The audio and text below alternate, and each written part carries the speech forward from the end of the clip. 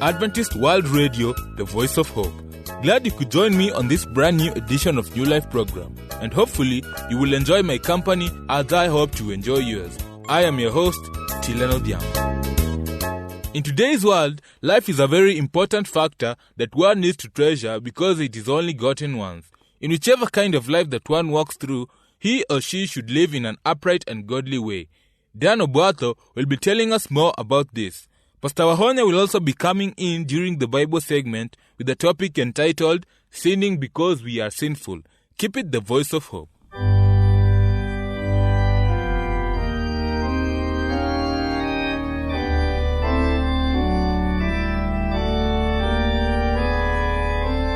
Come ye disconsolate, where'er ye languish, come to the mercy seat, fervently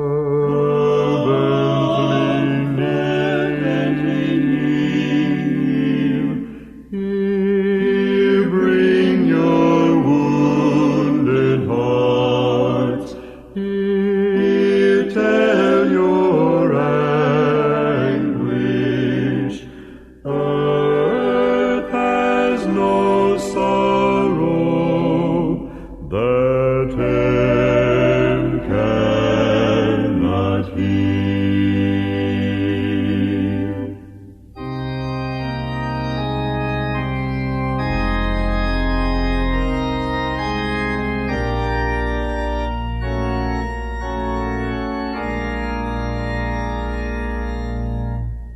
Joy of the comfortless, light of the straying, hope of the penitent, faithless and pure. Here speaks the Comforter, tenderly saying,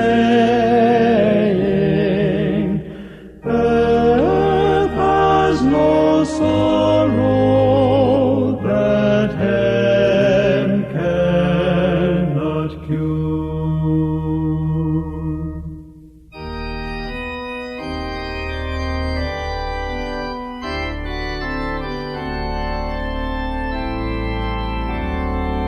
Here see the bread of life, see waters flowing forth from the throne of God, pure from above. Come to the feast of love. Come ever knowing, earth has no sorrow, but heaven can remove. Life is very precious and therefore one should treasure it because one can only live once. Let us now listen to Dan Obuatho as he shares with us on the topic, life. Enjoy.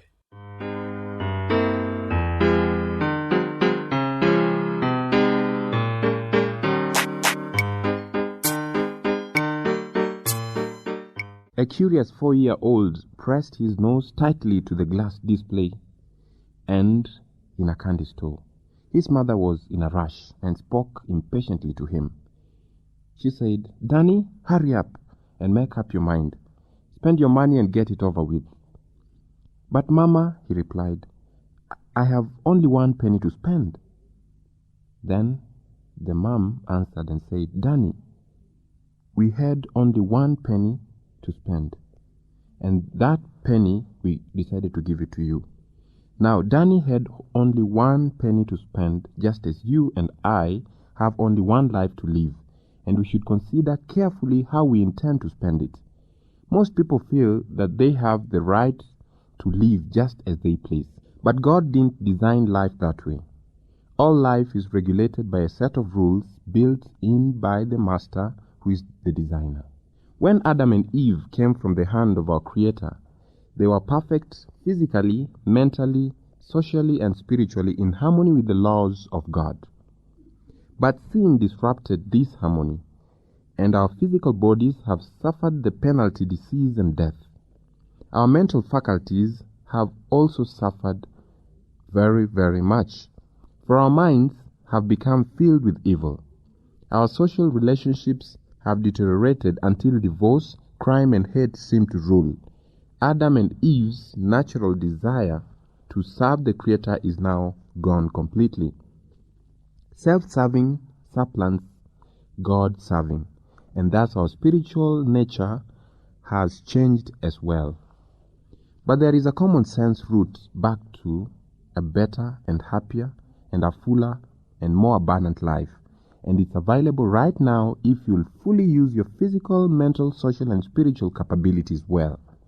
Since we have a four-part being: body, emotions, mind, and spirit, the only way to approach a satisfying marriage is to develop oneself to the utmost potential in each of these areas. An ancient parable illustrates the point of how important each part is to the whole being. About 500 years before Christ's time, the people of Rome rioted against the governing nobility.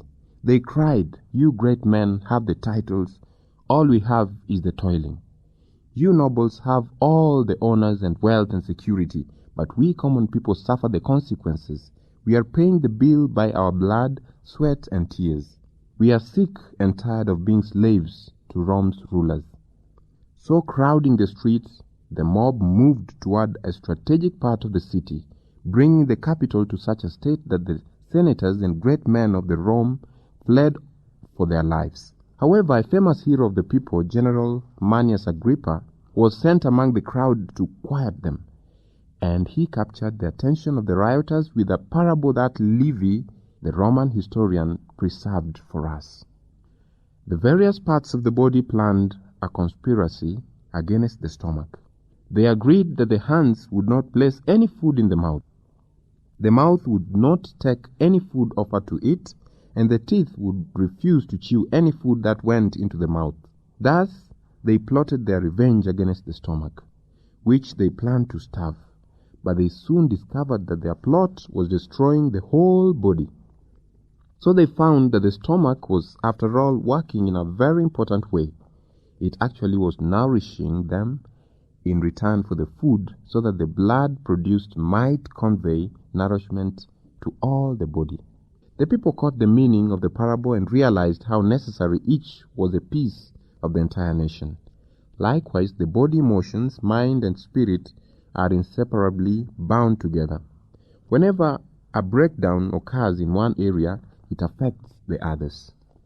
When you smash your finger in the car door, what effect does it have on your mental state?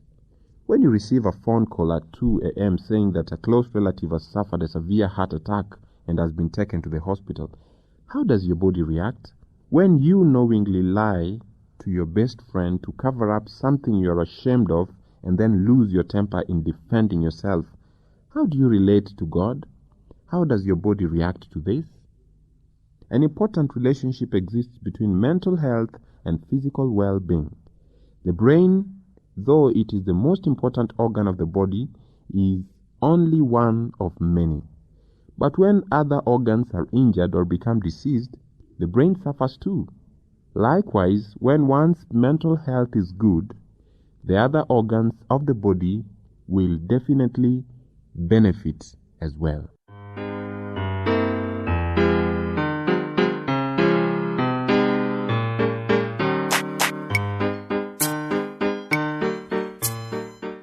Hope you're being blessed through the songs and the programs that you're listening to. In case of any concerns or suggestions concerning these programs, send them to the producer, Adventist World Radio, PO Box 42276, code 00100, Nairobi, Kenya.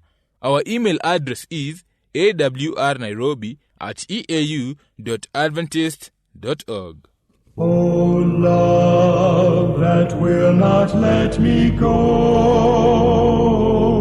I rest my weary soul in thee. I give thee back the life I owe, that in thine ocean's depths its flow may richer, fuller be. O light that followest all my way, I yield my flickering torch to thee. My heart restores its borrowed ray, that in thy sunshine's blaze its day may brighter, fairer be. O joy that seekest me through pain, I cannot close my heart to thee. I trace the rainbow through the rain, and feel the promise is not vain, that morn shall fearless be. You are tuned to Adventist World Radio, the Voice of Hope, and I'm your presenter, Tileno Diambo. We as human beings, from the moment we are created, we become sinners in one way or the other. Let us hear what Pastor Wahonya has to say on the topic, sinning because we are sinful.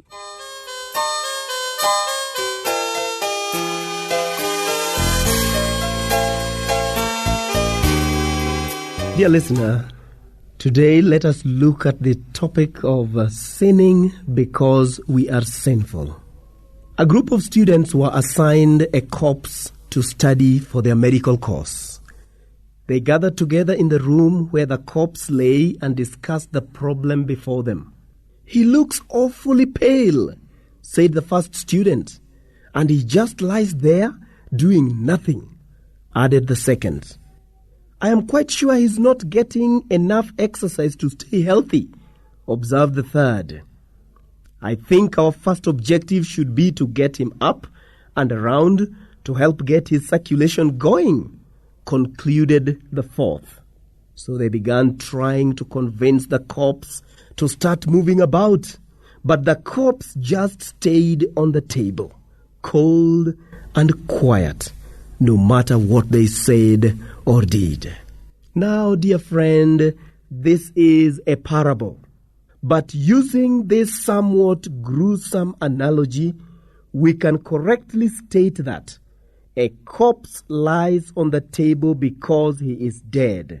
He is not dead because he lies on the table.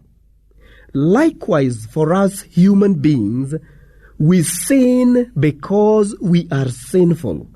We are not sinful because we sin. Dear listener, spiritually, we are all born dead. Paul says in Ephesians 2 verse 1 that we are dead in trespasses and sins. The sinful deeds which sinful people commit are only the result of that condition, not the cause. In a book I recently read, the author stated that sin originated in self-seeking. Think about that for a minute, dear friend. Lucifer had been honored above all the angels of heaven. He was the highest of all created beings. But instead of continuing to seek after God, instead of seeking fellowship with Him, instead of seeking God's glory and honor as the highest goal, Lucifer began seeking his own glory. Sin did not begin with Lucifer stealing apples of the tree of life. It began with self-seeking and glorifying the creature instead of the Creator. Dear listener, it is a law of the universe that it is impossible to seek God's glory and our own glory at the same time.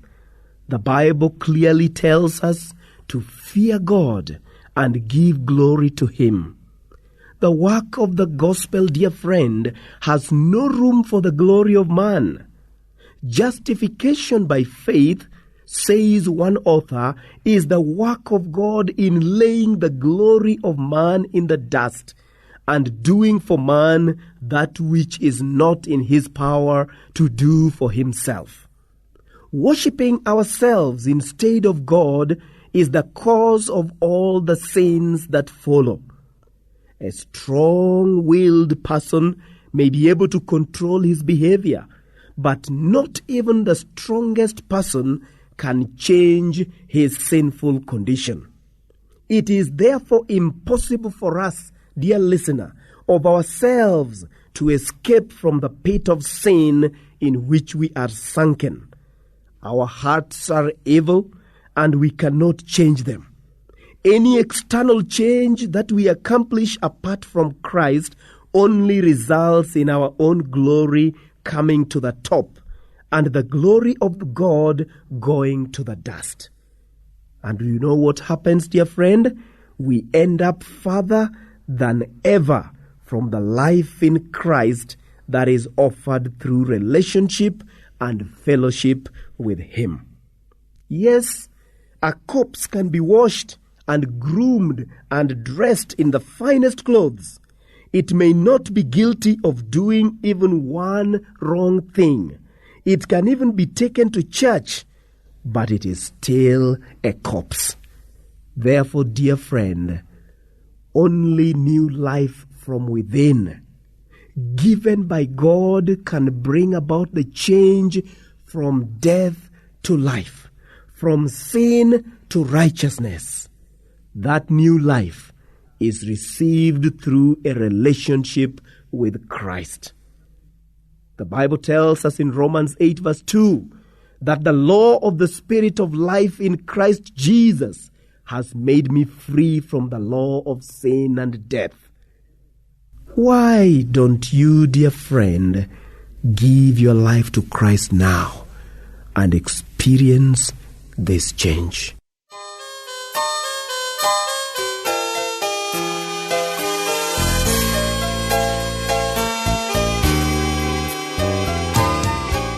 Hope that I have made your day wonderful. Unfortunately, we have come to the end of our program. Feel free to send us your views, comments, and suggestions about this program by writing to the producer, Adventist World Radio, PO Box 42276, code 00100, Nairobi, Kenya. Our email address is awrnairobi@eau.adventist.org. I have been your host, Tileno Diambo. Be blessed.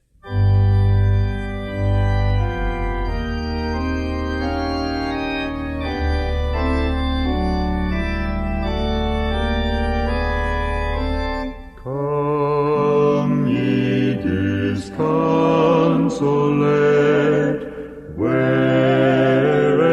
ye languish, come to the mercy seat, fervently kneel. Here bring your wounded hearts, here tell your anguish. Earth has no sorrow that heaven cannot heal.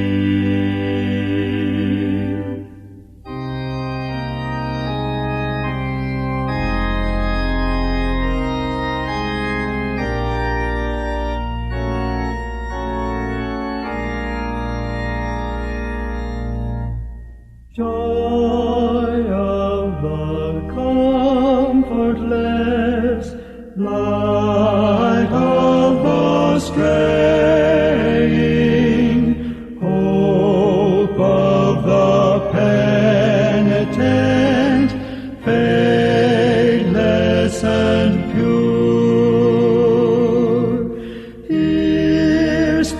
speaks the Comforter, tenderly saying, earth has no sorrow that heaven cannot cure.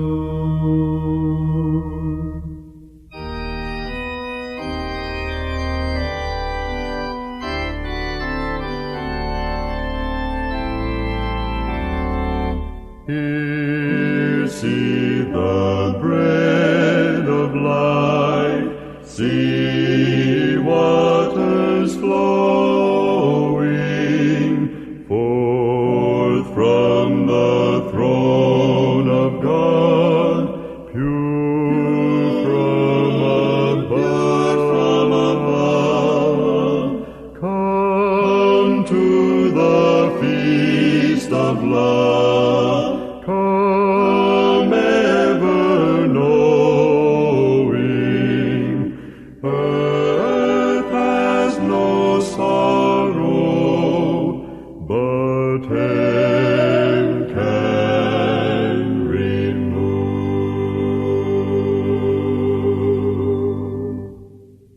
Oh, my comrades, see the signal waving in the sky. Reinforcements now appearing, victory is nigh. Hold, for I am coming, Jesus signals still. Wayed back to heaven, by thy grace we will. See the glorious banner waving, hear the trumpet blow. In our leader's name we'll triumph over every foe. Hold the fort, for I am coming, Jesus signals still. Wave the answer back to heaven. By thy grace we will.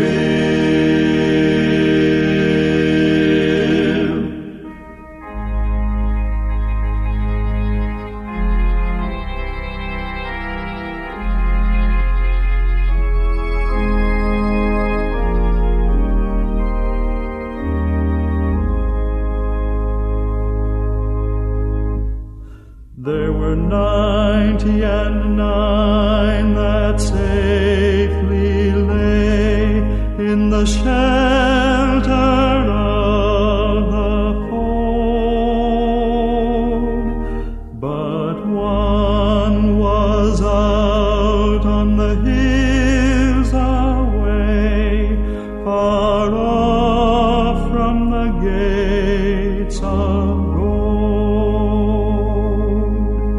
away on mountains wild and bare, away from the tender shepherd's care, away from the tender shepherd's care.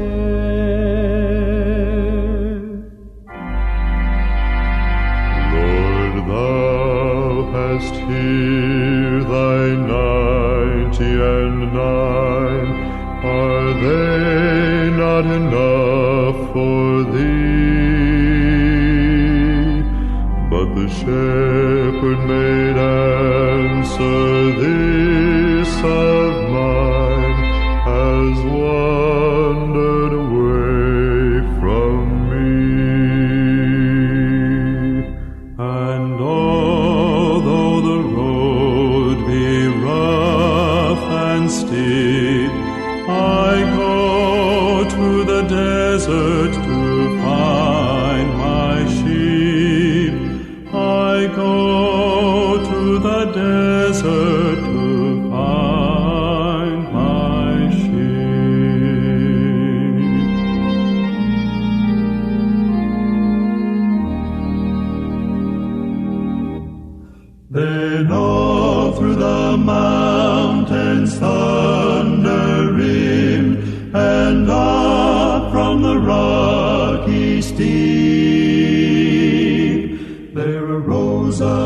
and cry to the gate of him, rejoice, I have found my sheep.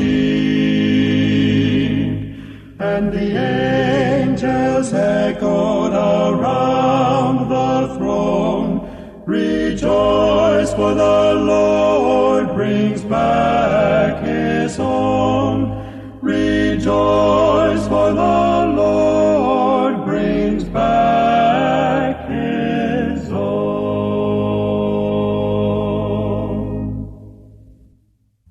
I am tired and weary, but I must toil on till the Lord comes to call me away, away, where the morning is bright and the Lamb is the light, and the night is as fair as the day, There'll be peace in the valley for me someday. There'll be peace in the valley for me. I pray no more sorrow and sadness or trouble will be. There'll be peace in the valley for me, for me. There the bear will be gentle, the wolf will be tame, and the lion will lay down by the lamb. The horse from the wild will be led by a child. I'll be changed from the creature I am. There'll be peace in the valley for me someday. There'll be peace in the valley for me. I pray no more sorrow and sadness or trouble will be. There'll be peace in the valley for me, for me.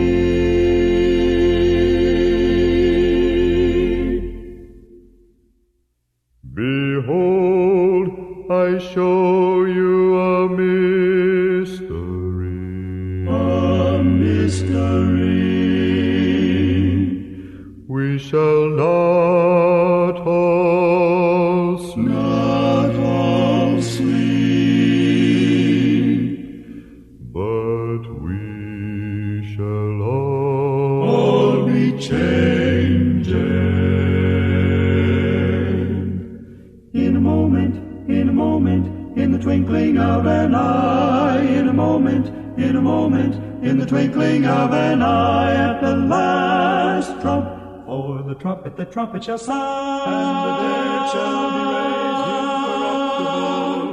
At the last trump, for the trumpet shall sound, and the dead shall be raised.